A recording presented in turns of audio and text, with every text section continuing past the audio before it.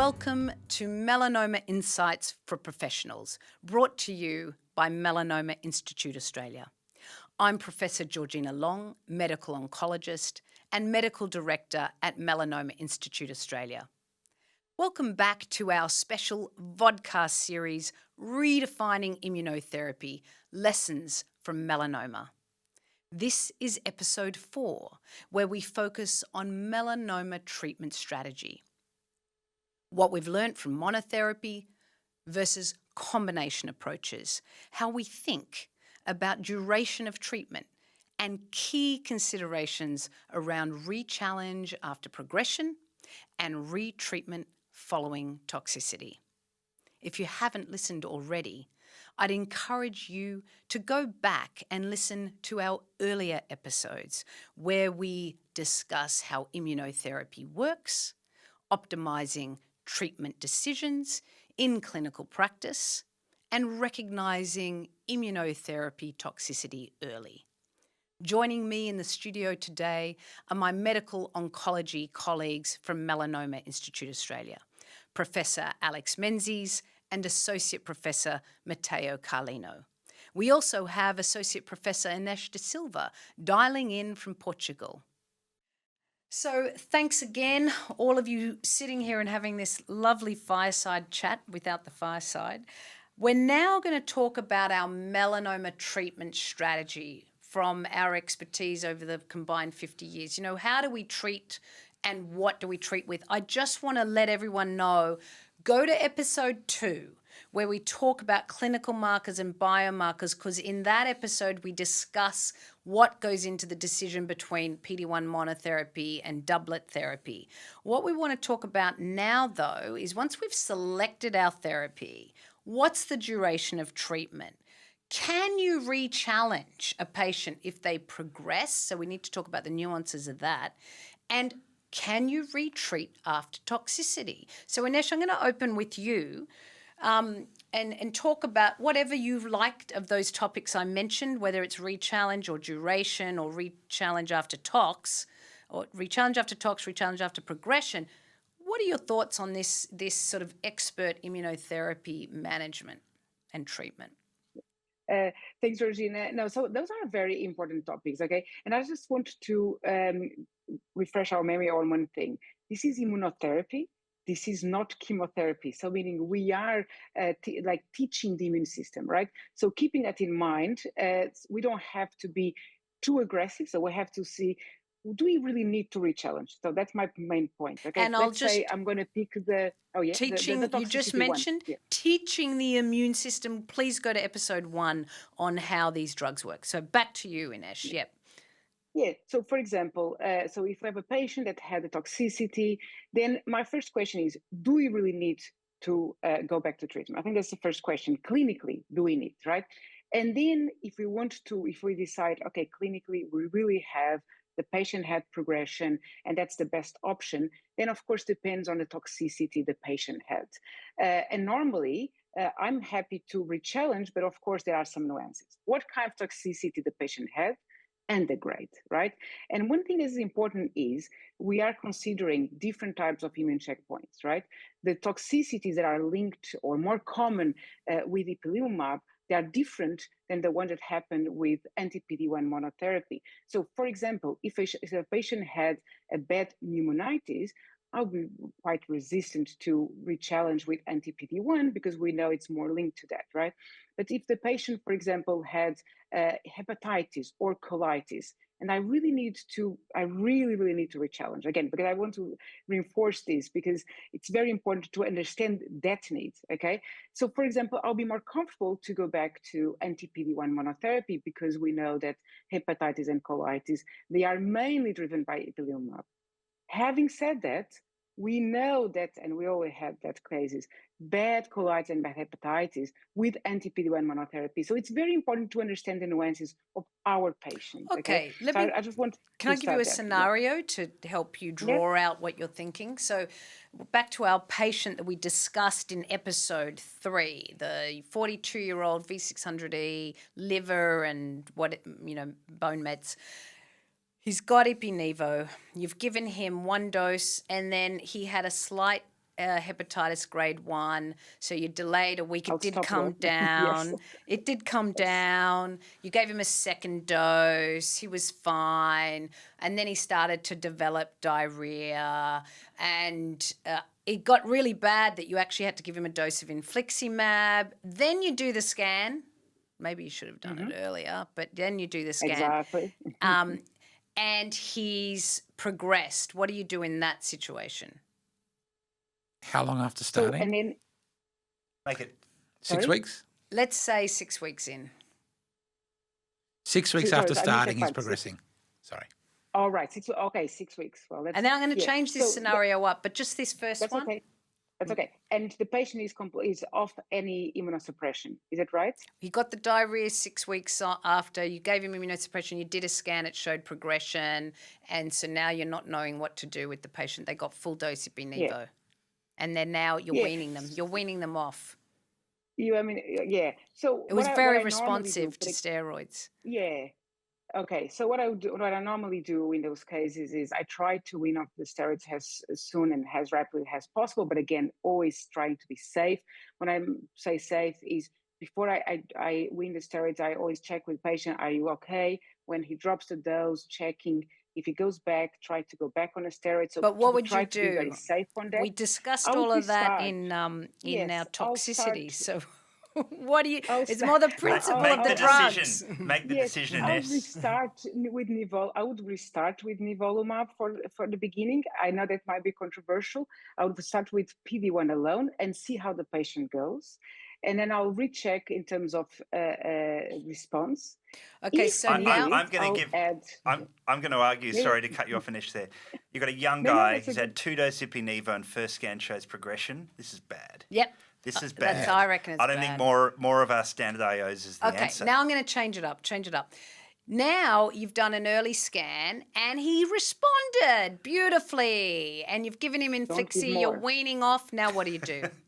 Don't give.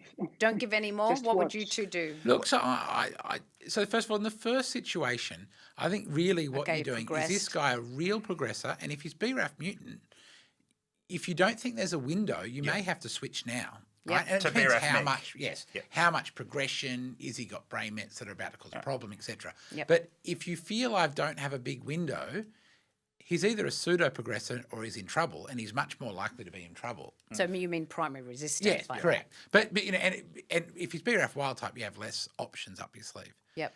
The responder, look, I know there's this temptation to say you've responded to Ipi-Nivo, but in my mind, when you extrapolate from a few different sources of data, and there's lots of extrapolation, I think there is a benefit in people who got an Ipi-driven tox to then give them single agent Nivo.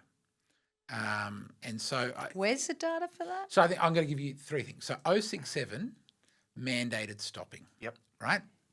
Stopping both. permanently. Both. Yep. The first trial that didn't mandate stopping, allowed you to drop the Ipi, was an Ipi-Pembro study that we were involved with, which certainly has better landmarks. Except it was I know. all Australian Yep, patients caveats. with high tumor mutation And- burden. Back to episode 2, high tumor mutation burden, high And I said, interferon gamma. not PD-L1. great evidence. Yeah. And the third bit is there is retrospective evidence, and the problem is this is never randomised, right? But I at least consider starting single agent, and there are certain toxes where if you got a tox on Ipi-Nivo, the risk of getting a tox with single agent Nivo is pretty low. And I'd put colitis and hepatitis. The caveats mentioned. being Yep. there's the hepatitis that was so bad their INR got to 4 and you lost sleep.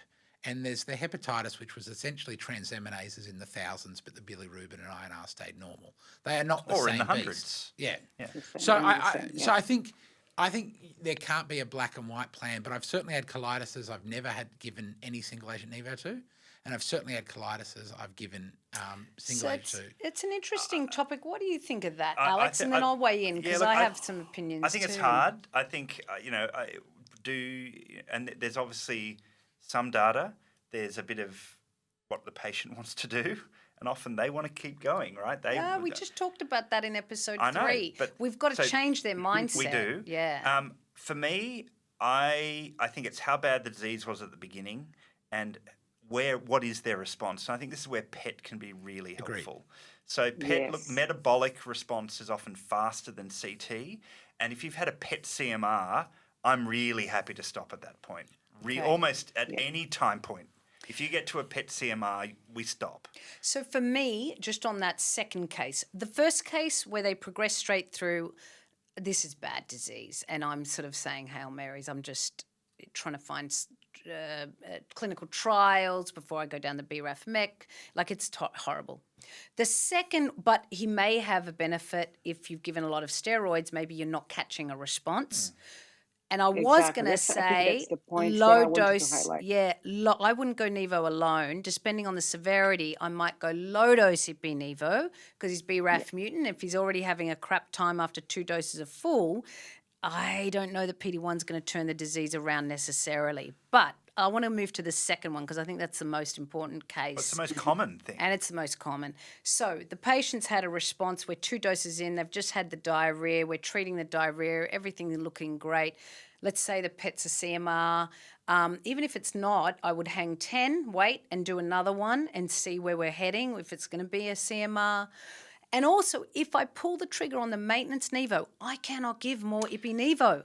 And we know that steroids and immunosuppression can mean you are likely to develop secondary resistance when you will want to rechallenge. So for me, this is my thinking is stop, scan, wait. Don't pull the trigger on maintenance Nevo if they're in a great response. If they happen to recur down the track, which is not many really, I've still got 2 more doses of Ipi-Nevo, but I'll lower the Ipi dose. So there are some. That's what I do. There are some local governmental restrictions around the use of drugs that do impact care. Yep. If there was more freedom there, that might change things. But yeah, I think So I save up my more Ipi-Nevo in case it's needed because I've just given them immune suppression. Yeah. Yeah.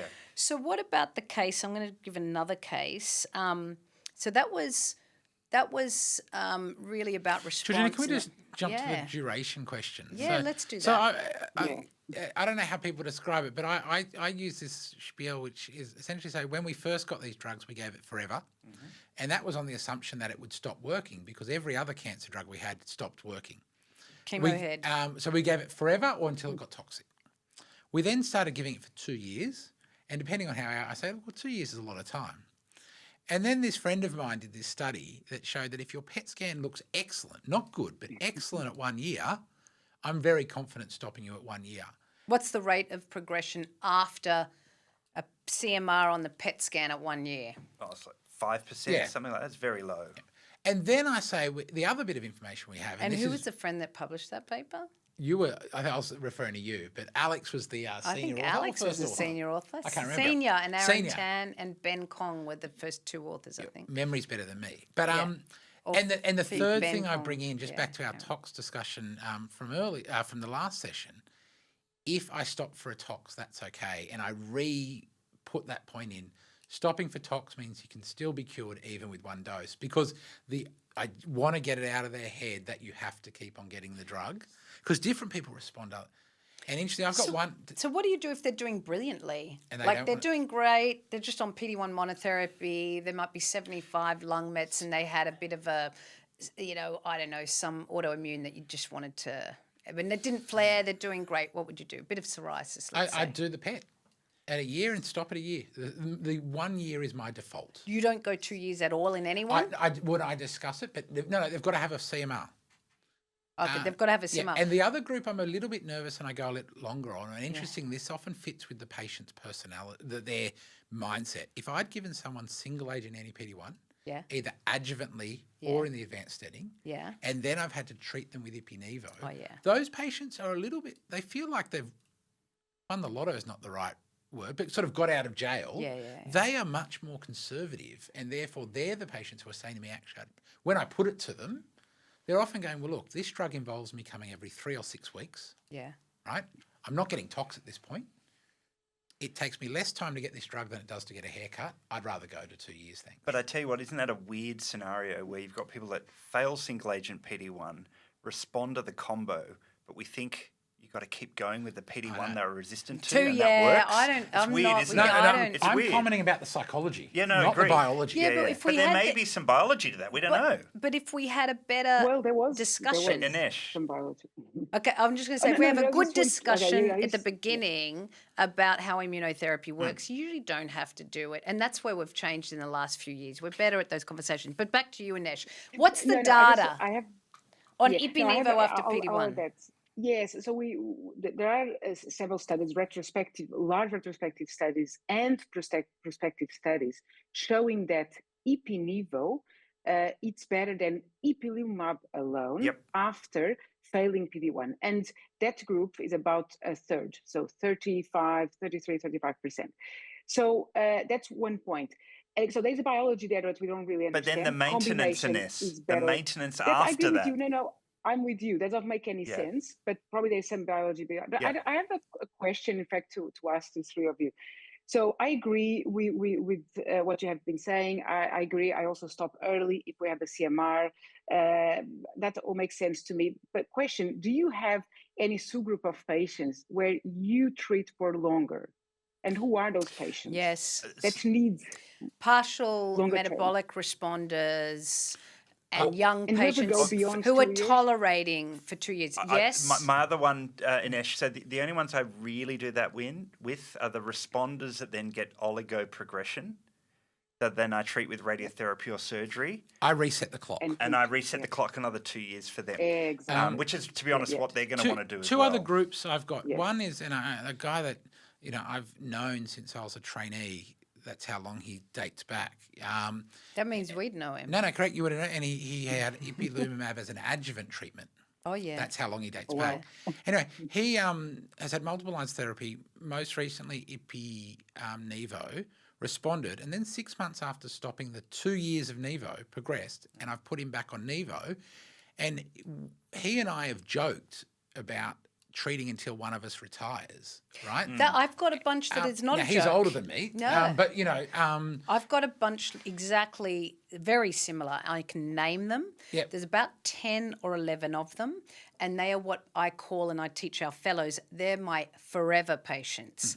They are on treatment forever. I have stopped them a few times along the way, and every single time Correct. they get progression, they need it forever. And the other question for Ines is I have multiple Merkel patients who are in that boat. And Yeah. I know it's Same. not a Merkel Merkel is Same. but tricky. it's a yes. really challenge. Some of these patients are old. Well, a lot of the Merkel patients are old. Yeah. And you feel pretty bad when you They look have and it says they're up to cycle 100 of Valiumab. Yeah, no, I've got that. So I think this is what we'll probably talk about in another episode, is this idea of eradication versus pushing back into equilibrium, right, with Yes. checkpoints. Yes. Can I just go back to the previous situation or scenario where you continue treatment? So I just want to go back because I think if we think biologically and in terms of data, if we stop after 1 year with CMR, and for example, the case that Georgina and Matt just mentioned, that you keep treating, you have stopped and then the disease progresses and then you treat and they respond again. So it kind of seems safe to stop anyway, because if it comes back, we can treat. Yeah, and Rather that's than what I giving do. everyone Just on forever. that. Yeah, that's right. So my forever patients are forever because I've biologically tested it. They've selected themselves for that. Correct. They have, yeah. But And they're just happy to with go it, back on our and I'm happy conversation with of it. stopping, exactly, of Yes. stopping, and then there's no, don't So be I scared to stop in always- those patients because I always stop Yeah. at 2 years regardless. Sometimes I'll stop earlier Exactly. depending on the patient's requests, etc. And again, just I guess going back to, and this it's all about how we set the patient up at the beginning, expectations. Do you flick the switch and it stays flicked? On. And as Matt said, it was forever. Then it was 2 years. I also draw on our neoadjuvant data. 1 dose of drug, path complete response, no recurrence. There's a lot of data from a lot of sources saying that it's probably individualized, and very few need prolonged therapy. Well, let's touch on that one other treatment, this strategy. This is important, actually, because we've not talked about neoadjuvant. I've mentioned the Neo-Irene trial in some of the other episodes.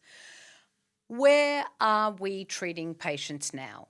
Stages of melanoma: 1, no evidence. Stage 2, we've got evidence of phase 3 data for adjuvant PD-1 after resected stage 2 B or C. Stage 3, we've got adjuvant and neoadjuvant. And stage 4, we've got everything that we've mentioned so far in all our episodes. Where are we treating with drug now? Without a doubt.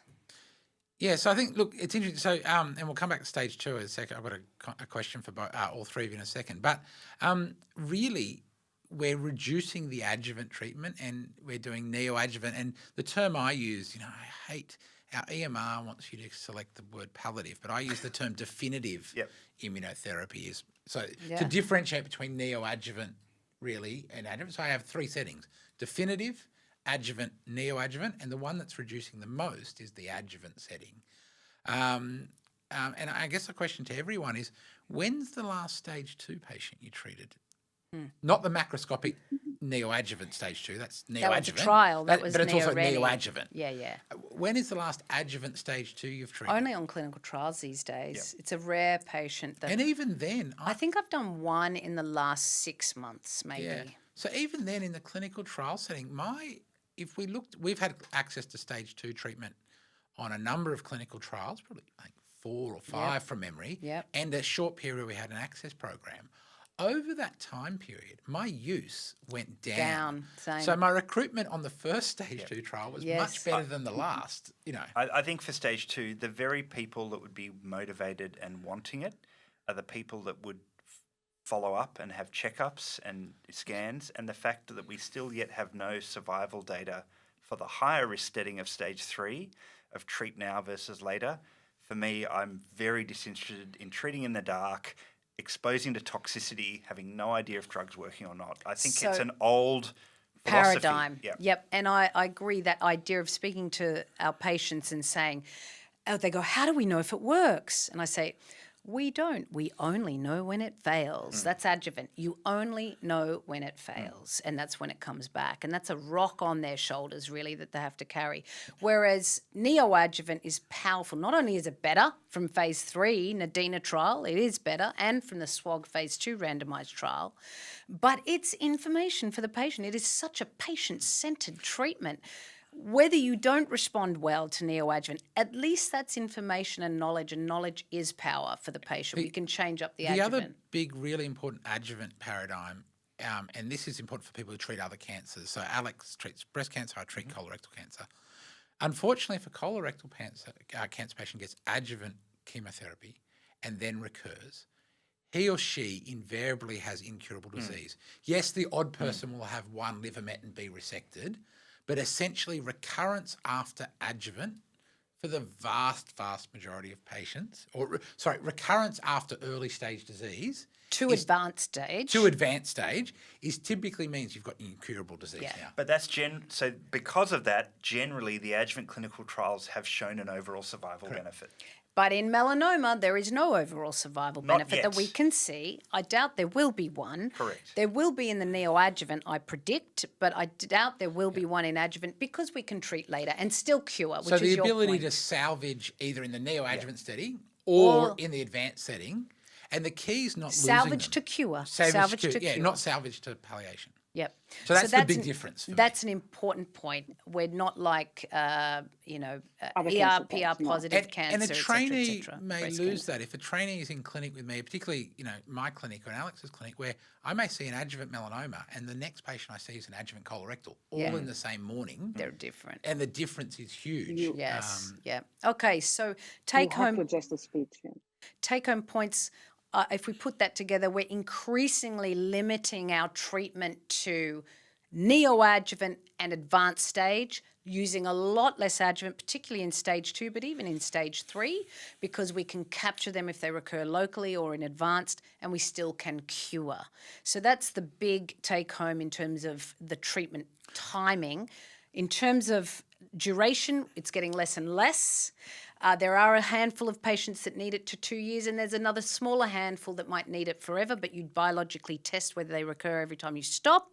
And then in terms of retreatment after toxicity, we didn't touch on that, but you can retreat depending on the toxicity. It's actually quite doable. Sometimes I stretch out the intervals between doses, or I will dose reduce the IPI if they had a colitis on full dose IPI. But they're the sort of principles. And everything in oncology, I was going to say everything in the world, is risk-benefit. But if you had a patient you gave tox to and you gave them 3 or 4 or 5 years of disease control, as in survival, and that tox cost them 2 weeks in hospital, say, rechallenge. They would rechallenge. The 2 weeks was worth 4 to me. Yes. You know, now, and I think that's it. I just want to touch on one thing about the not treating in the adjuvant setting, which is another melanoma difference, Specific thing, yeah. You have to follow these patients closely with imaging. The patient we can cure when they recur is the patient we see in clinic who has asymptomatic disease recurrence. The person you are less likely to cure, not zero, is the person you get a call from in the middle of the night from the emergency department with intracerebral edema, right? And so therefore you've got to surveil them with imaging. Doesn't necessarily have to be you that surveils them, but they need to be surveilled. And for a clinician who treats other cancers, whenever you stage someone, their brain gets staged in melanoma. And that doesn't apply to colorectal cancer as an example. Brain must be imaged. Yep, I agree. I'm not sure I agree with you that I agree we should be doing scans regularly, but even if you don't and it turns up, if it's an immunogenic melanoma, it'll generally respond. Yeah, if it doesn't, it probably wouldn't have before. Okay, but it's written into the biology. But I think it can be harder because if you do present with large burden intracerebral hemorrhage and bleeding and steroids, and it's harder. And then often your drug choice is different, etc. Okay. Yeah, true. Well, thank you all for that. We could sit here for another hour and talk about that topic. There's much more we could do, but thank you all for that great discussion. Thank you for joining us for Redefining Immunotherapy Lessons from Melanoma, brought to you by Melanoma Institute Australia and made possible by an unrestricted educational grant from Bristol Myers Squibb. We acknowledge the Camaragal people as the traditional custodians of the land where we have been recording today and pay our respects. This discussion was accurate at the time of recording, April 2026, but may not reflect the rapidly evolving treatment landscape and approvals in Australia. For more practice-changing education, sign up to our Melanoma Education portal at melanomaeducation.org.au. Thank you for listening.